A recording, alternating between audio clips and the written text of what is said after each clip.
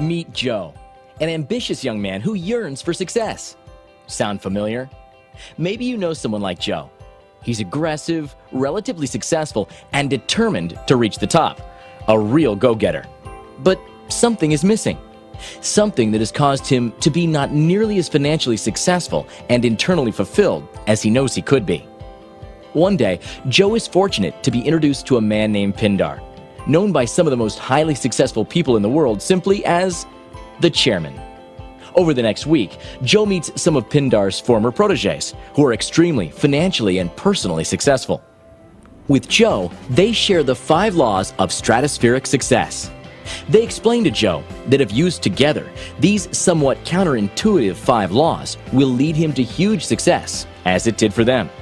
It only makes sense because these are the same laws people have used in order to be successful in any market-based economy. The law of value. Your true worth is determined by how much more you give in value than you take in payment. The law of compensation.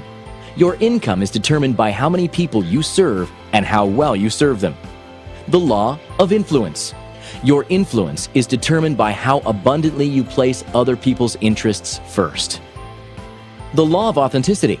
The most valuable gift you have to offer is yourself. The law of receptivity. The key to effective giving is to stay open to receiving. But like any ambitious young man, Joe first challenges these laws before applying them. The law of value, he thinks. This sounds like a recipe for bankruptcy. That sounds reasonable.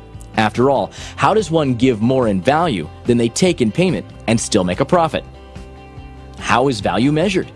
Joe learns that while price is a set dollar figure and finite, value is the relative worth or desirability of a thing to the end user or beholder. So, in other words, what is it about this product or service that brings so much value that a person will willingly exchange their money for it and be ecstatic about it?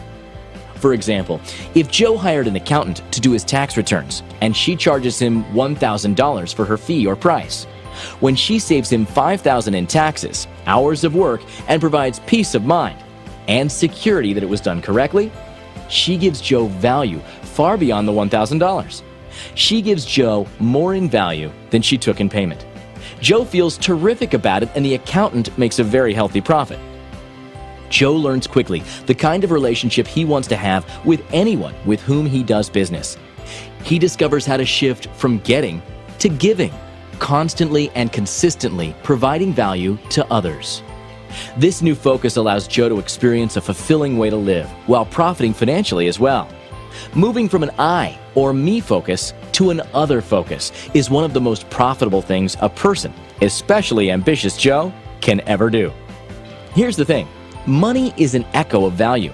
It's the thunder to value's lightning.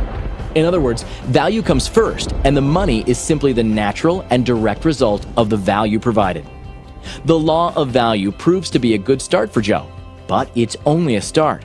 As important as it is, it represents only his potential income. But tying together the other 4 laws with the first creates the real transformation for Joe.